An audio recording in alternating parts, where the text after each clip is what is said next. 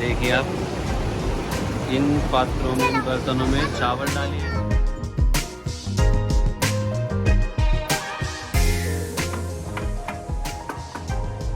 हर हर महादेव। ये शिव मंदिर लेके जा रहे हैं आपको। नितिन भाई, कैसा लगा गुरुद्वारे में आपको? और ये रोहित जी? बहुत बढ़िया मजा आया। ये जा रहे हैं मंदिर की तरफ।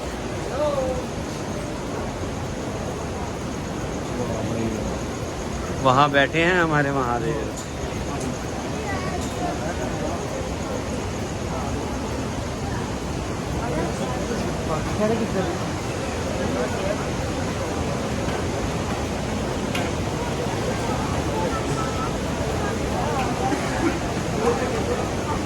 आप दर्शन कर रहे हैं देवादिदेव महादेव के।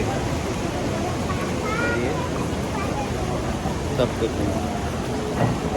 गर्म कुंड है। आप देखिए कैसे पानी उबल रहा है। और लोगों ने यहाँ पे चावल डाल रखे हैं, दूध चावल। क्या अद्भुत अद्भुत रूप है।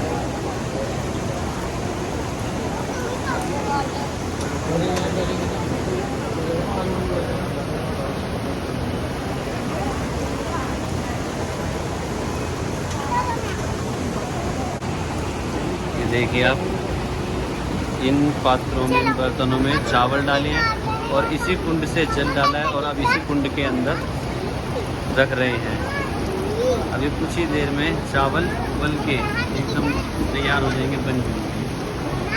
ऐसी दिव्य स्थली, दिव्य भूमि मणिकरण के दर्शन आप कर रहे हैं।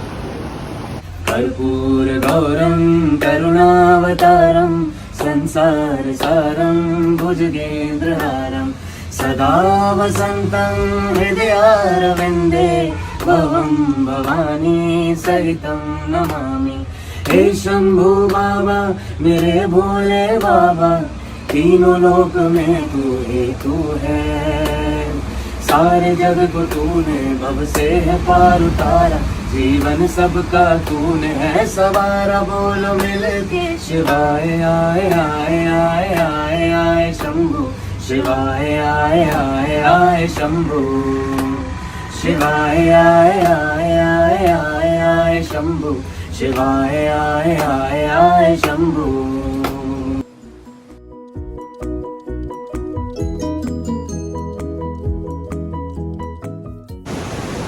लेके जा रहा हूँ मैं मंदिर में,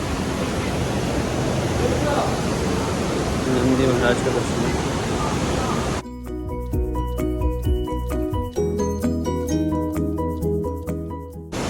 आप सबकी तरफ से मैं घंटी बजा देता हूँ।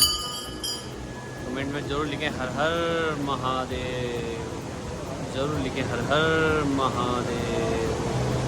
मणिकर्ण धाम की जय, गौरी शंकर भगवान की जय।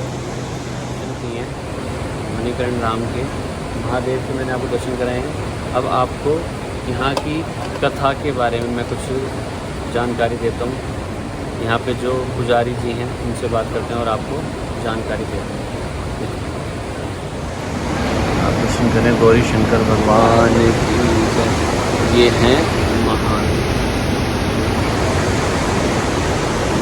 पंडित जी, इस दिव्य स्थान के बारे में कुछ जानकारी दे हमारे जो दर्शक हैं, ताकि उनको पता चले कि ये दिव्य भूमि और जो ये दिव्य स्थली है, इसकी कथा के बारे में कुछ आप जानकारी दें। जय भोलेनाथ, महादेव सबकी रक्षा करें। ये पवित्र स्थान जो है महादेव की तपोस्थली कही जाती है। प्राचीन एक युगों पुरानी में एक बात है कि भगवान शंकर जी माता पार्वती के साथ इस स्थान पर भ्रमण करते हुए घूमते फिरते पहुँचे थे। तो भगवान जी को भी ये स्थान बड़ा सुंदर, बड़ा रमणीय लगा। तो भगवान जी अपनी समाधि, अपनी तपस्या के आसन लगाकर बैठ गए। और एक बार जो बैठे तो शास्त्रों में, पुराणों में वर्णन आता है कि 11,000 वर्षों भगवान इसी स्थान पर अपनी तपस्या समाधि लगाकर बैठे रहे। माता पार्वती भी उनके साथ ही उनकी सेवा शुश्रूषा करते थे। एक समय की घटना है कि माता पार्वती जी कोई अपना स्नान ध्यान कर रही थी। तो उस समय माता पार्वती जी के कान में से एक मणि जल के बीच में गिर गई। माता ने उसे बहुत खोजा ढूंढा, लेकिन वो मणि माता को नहीं मिली। तो फिर गणों को जाकर बतलाया। गणों ने भी उस सारे स्थान को, जल स्थान को देखा और मणि को खोजना चाहा, लेकिन वो मणि नहीं मिली।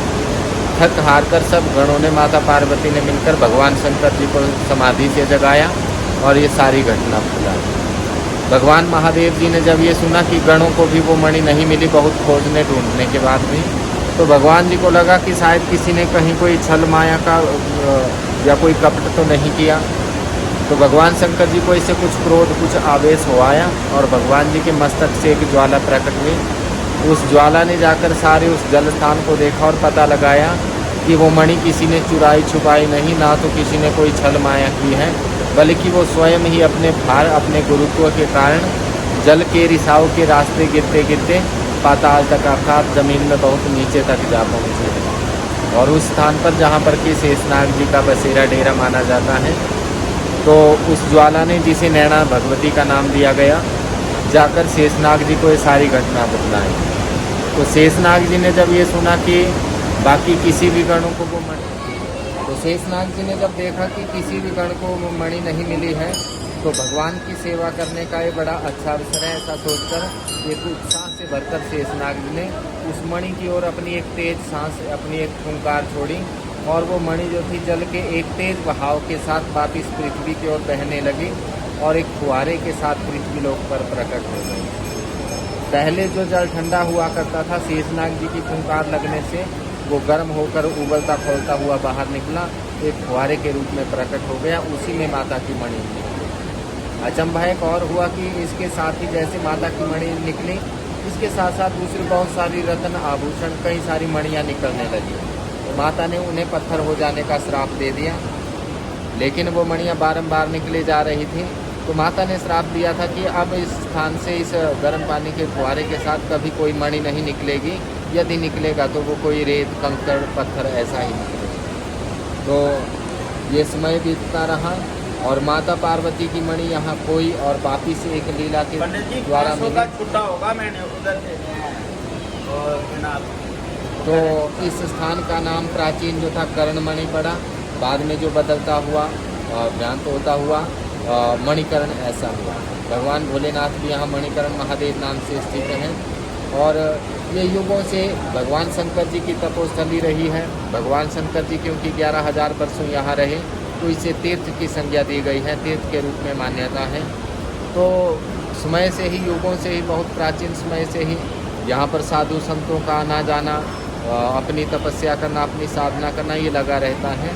समय बदलने के साथ साथ मंदिरों, देवालयों का भी निर्माण छोटे से बड़ा होता गया, टाइल पत्थर लगाकर थोड़ा आधुनिकीकरण भी होता रहा।